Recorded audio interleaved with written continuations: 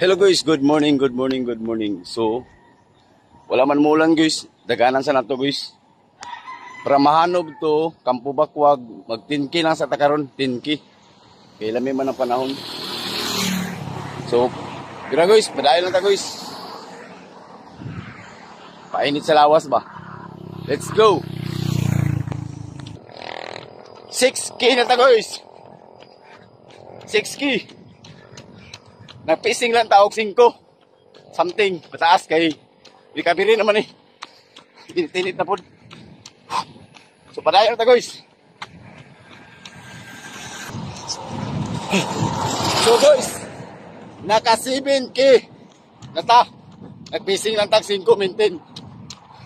5.23. Ano na lang, maintain lang ito pising. Recovery ng pising. Padayon ta guys. So naka 8K ta guys.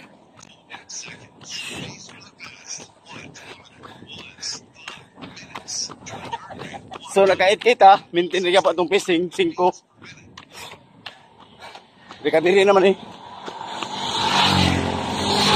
Padayon rin pa ito guys. Hapit na. So nga 9K na ito guys. 9K. Ha, 1K na lang. So doon na.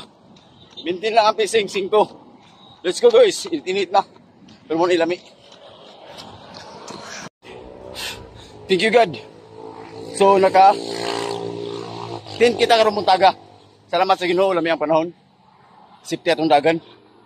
Naka 10 kita karumuntaga. Nakuha na to og 48 minutes something. 48 minutes tapos 1 to 5 km mo ni akong pacing kani sa 5 to 10. Sumao po ni siya akong pacing. Nakabilis na lang kong 5. So salamat kayo. Padayon na gyapon ta guys. Kaya nasugdan naman eh. Padayon sa pagkikisog. Dugang kadasig. Hello guys. Mayong hapon, naka 5K na ta. Humana na guys. Nara ko'y gamay nga tips nga ihatag sa inyo ay i-share sa inyo. Bahin aning dagan-dagan. Ako dili ko professional runner. Kumbaga, base lang sa akong experience. Pag mudagan ta og dool lang nga mga tricky, jag-jag lang kanang untol-untol nga dagan. So ang imong ginhawa na guys, dili ras ilong.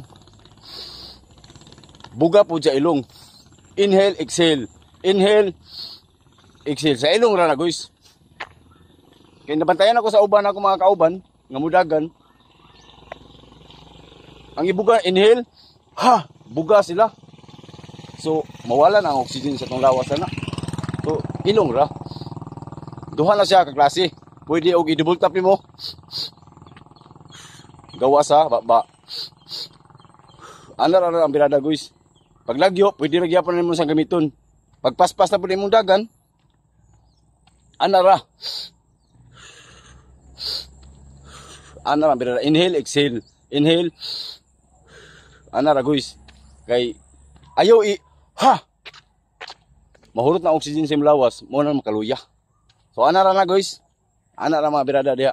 So mo ra na ko yung cashier guys. Base ra pa sa akong experience.